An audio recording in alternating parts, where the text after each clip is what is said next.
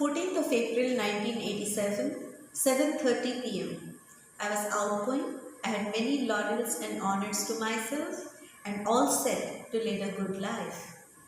The same day at 8:30 p.m., I was disabled, confined to a wheelchair, uncertain about my future, and society gave up on me. My parents didn't and sent me to many hospitals and rehab in Odisha, India, and the US. When I returned from the rehabs, I was optimistic. I knew I was to lead a different kind of a life on a wheelchair, and I could do everything, lead an almost near normal life, but do things slowly and maybe sometimes differently. With this hope, I reached my hometown Bhubaneswar. My world turned completely upside down. By their every word, their every gesture, people made me aware that I was different, I was disabled, I did not belong. My marriage broke down. I was not allowed to join my job. If I went out to see a cinema, it was a torture because the man there was irritated as to why people on wheelchairs are coming to see cinema. And what was the problem? I had requested that I want to sit on my wheelchair and see the cinema. When I went on the train, the conductor was so unhappy that I was requesting a lower berth. He went to the extent of telling me, it doesn't matter if you fall, but you have to be seated in your own berth. When I went up in the airlines was such a grueling situation. From the moment I entered the airport to the moment I got up, I got off again and again. I had to explain to the people, to the air personnel, to the crew, to the ground staff, to my co-passengers that disability was not contagious. Nor was I going to create any problem mid-air which will create havoc for their passengers. Everything that I did, whether it was a social function, whether it was going out to the restaurant, was a torture. Everywhere people kept staring at me and asking me awkward questions and always assuming that I cannot do anything. You cannot, you cannot, you cannot kept reverberating all around my ears. Despite that, with great courage, I went back to my university because I wanted to be an asset to my parents and change these dynamics. Same university, but all my professors who were so proud of me when I was there rejected me. My wheelchair was a stigma. My curled fingers, how could I do research? But finally, one professor's help helped me to get established, to get an MPhil and a PhD. Now started a search for jobs. Every interview that I attended, I was rejected. If there were 2 positions, I was third. If there were 6, I was 7th. And when I was sure the wheelchair had become so large that its shadow had completely made me disappear, had made me completely invisible, I told my father I wanted to end this life and I gave up. My father didn't. He said, maybe this is what I was destined for. Maybe my role in this lifetime was to create an awareness on disability, was to change the definition of disability, was to expand the contours of disability and make society aware that each person with disability has a lot of talent, a lot of potential. All that they need is an equal playing ground. At that point in my life, I had 2 aims. First, to become an economically independent and an asset to my family. The second was to understand disability and the dynamics of disability and why every person with disability was looked at from the point of his inabilities and not his or her capabilities. I started looking around. Where are the other persons with disability? When I looked for children, I found them either at home or in special schools. When I looked for youngsters and adults, I barely saw them except in some mela designed for the persons with disability or in a World Disabilities Day celebration. And thereafter, they disappeared again. This needed change. I was not alone in this journey.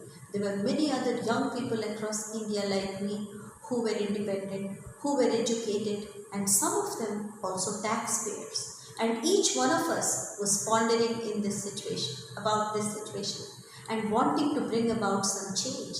Thus began my journey in the field of changing disability landscapes. It was necessary to create visibility of persons with disability, and it was also necessary to have some kind of a legal mechanism, a setup, so that rights of persons with disabilities would be respected. That a child was first a child and then a child with disability. A youth is first a youth and then a youth with disability. So also is a woman and an adult. And this perception of persons with disabilities were not being human beings first needed to change. In around 93, I started shared adventure, recreation and entertainment, and lot of us on wheelchairs and crutches went to the sea beach. The next day we were in the front page of all the newspapers, for it was very difficult to comprehend for general society, for other people, that we can also have a desire to have fun and we have the right to enjoy and go out to the sea beach just as people of our age without disabilities. In 94-95, our protest and march in the parliament led to the first law for persons with disabilities being passed, and it was the 1995 Persons with Disabilities Equal Opportunities Protection of Rights Act. We were delighted, all of us, that now we have a law, so everybody is going to take us very seriously. No more of charity, no more of distribution of oranges and wheelchairs and hearing aids, but more about education, more about employment, and more about dignity of living. But what happens? When we reach our concerned department, when we reach the planning commission, all that we get to hear is, what is your number? What is the number of persons with disabilities? Many of the years census has not been conducted, and the old census report said we were less than 1%. So officer after officer said, depending upon your percentage of your population, the adequate budget is being allocated. 2001 census enumeration was only a few years away. It saw us running to different officers, ministers, and telling them that we need to be counted. At every step we were told that time is very short. Enumerator training is a very prolonged process and there is no time to include disability this time. We went in and tried many advocacy techniques, went on writing, talking, demonstrating, protesting, and finally the meeting happened under the chairpersonship of the then Home Minister Mr. Rajnath Singh, with the presence of Minister Maneka Gandhi and Minister Arun Shourie and the Census Commissioner, who finally took a decision that we must count persons with disabilities. It was a huge achievement for us. Census, I remember running around in Orissa, meeting so many officers, going to international agencies, requesting them that please support us in this activity, and ActionAid came forward, and finally when the enumeration results came out in Census 2001, we were 2.1% of the population. And immediately, for the first time in India, there was structured budget allocation for education, for employment, and for other different activities. When the time came for Census 2011, we were ready. We started lobbying with the government 2 years prior to that. And the serial number of the question on disability moved from 15 to 9. When the question came up, it was in the first page. It was discussed. A lot of money was spent on publicity. And across India, there was a budge that this time we are counting persons with disability. And this time we are counting the elderly also who have disabling conditions. When the results came out, we were not very happy because the percentage was only 2.9%, close to 3%. But still, it was a huge achievement. And because of this huge achievement, we find a larger budget allocation in disability in every aspect: education, sports, cultural development, health, and other aspects. My association with Disabled People's International in 1996 gave me a fillip in understanding my rights as human rights. I traveled across the world learning about different kind of advocacy techniques, how to talk in the language of numbers, how to talk in the language of achievement and development.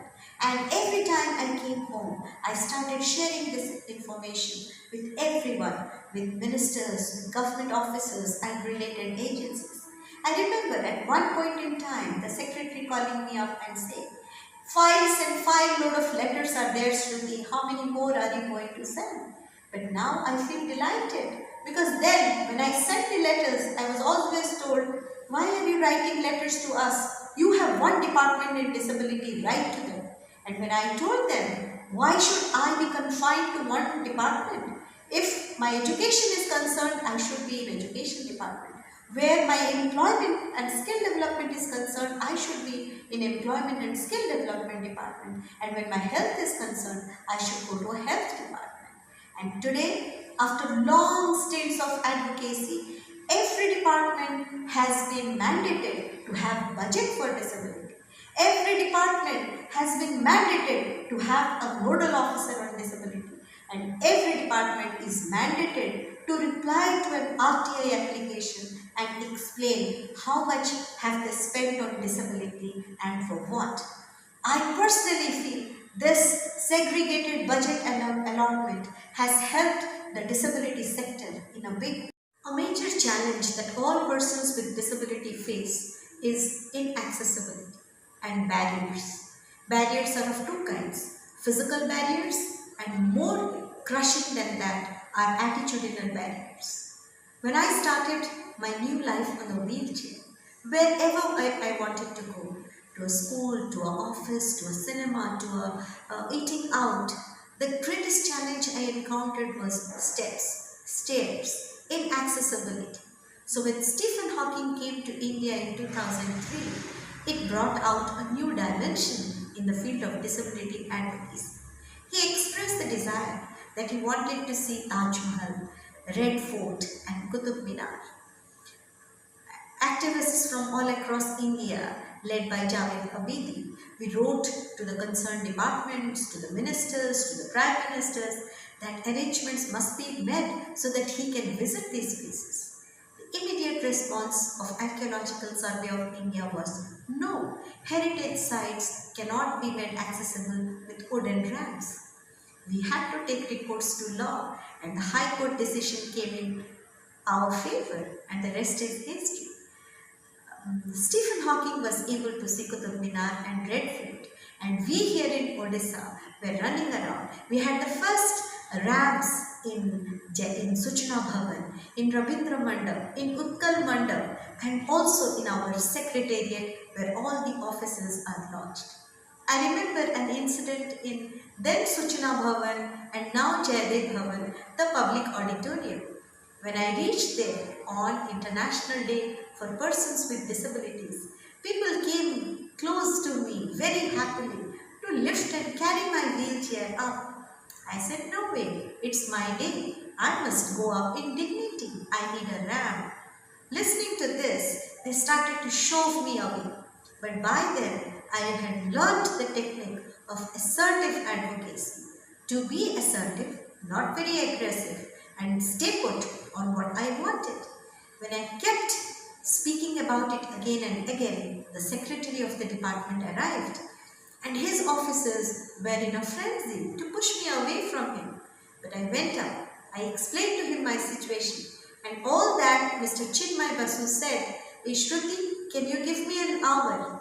An hour later, the first ramp of Odisha was ready in Suchna Bhavan, the present Jayadev Bhavan, the public auditorium.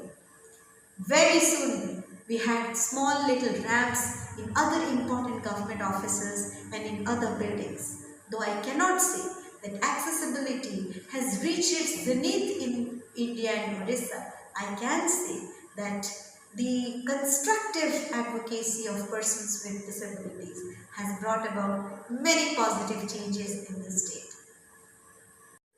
In 1987, when I met with an accident, there was nothing, no support mechanism, no laws to protect my rights. But today, 31 years later, we have 5 strong laws in India. We have an international convention and we have the development agenda, that is the SDG, Sustainable Development Goals, talking about inclusive development and inclusion of disability. I feel it has been a long journey, but a good one. The things which helped me to reach here was number one, knowledge. Acquiring a lot of knowledge, having a lot of information, processing that information and passing away that information. The other thing which helped me was consistent hard work, consistent advocacy. And the third was collective voice. When I founded Swabhiman in 2001, the aim was all the information coming to me must reach the last man in the last villages. Resources were scanty, but what we did is build a network, Odisha State Disability Network. With this network having one partner in each district and each district partner having a number of other partners at the block level, at the village level, it took us very little time and very little resources to send the information to the last person. I personally believe any person does not need doles. What a person needs is information and accurate information. The second is collective voice and collective advocacy. At the national level, I was part of National Disability Network, National Committee on Rights of Persons with Disabilities. At the state level, we had Odisha State Disability Network. So when the law was passed and a disability commissioner was to be appointed to look into our grievances, finally hundreds and thousands of people coming from all across Odisha getting together, and I took all of them, the leaders, to the chief ministers, to the leader of the opposition. We went on talking to the press, to the media and every other agency which wanted to listen to us, and it took us hardly a few months before the first Commissioner for Persons with Disabilities was appointed here in the state of Odisha. Similarly, we went on protesting till a minister was given an additional designation of Minister with Disability.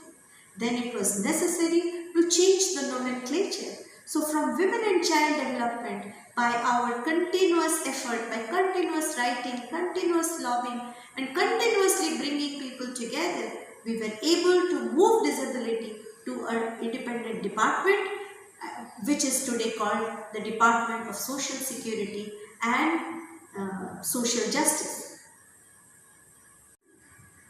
Education was an important thing for persons with disabilities to live with dignity. When the Right to Education Act came in India, it was praised by one and all because it said 25% of the seats in any private school would be booked, would be reserved for children from the underprivileged background. But when we went to the Honorable Minister, Mr. Kapil Sibal, and we protested, where are children with disabilities? For all of them, it was an eye-opener. It took months of advocacy, months of writing letters, months of providing a lot of relevant material, when finally the amendments were passed, where in the definition of underprivileged children, children with disabilities were included. Simultaneously in 2001, we started a project Anjali. In Anjali, we created a platform for joyful and inclusive learning. We wanted to create a model for everyone to see how easy it is to teach children with disabilities. All of us carry some baggage at the back of our head. We always think, oh, that person cannot see, that person cannot hear, that person cannot walk, that person cannot understand. How will I accommodate these children in my school? But if one dwells a little deeper and looks at the resources, it is so easy. Because as I repeat again and again, look at a child as a child first and then as a child with disability, then everything becomes very simple. Anjali was appreciated not just in state and national platforms but in international platforms as a unique model for bringing children with disabilities and those without together in one classroom. I believe when you start learning together, you grow together, and you think very constructively, you start accepting differences and celebrating diversity. Then another important thing I remember is my citizenship. All of us take our citizenship for granted. I'm an Indian, I will go and vote. I remember in 2009, in all enthusiasm when I had gone to vote. Not just the polling officers, but even the people who were there to vote had been irritated, had been annoyed. They were so unhappy that this person was disturbing everybody. There was no ramp. I had been lifted up. The door wasn't wide enough. There was not enough space in between the tables. The ballot box was kept at a high level for me to reach and cast my vote. This delay in organizing everything, though the Supreme Court had given an order that there must be ramps in all polling booths. Polling booths must be made accessible.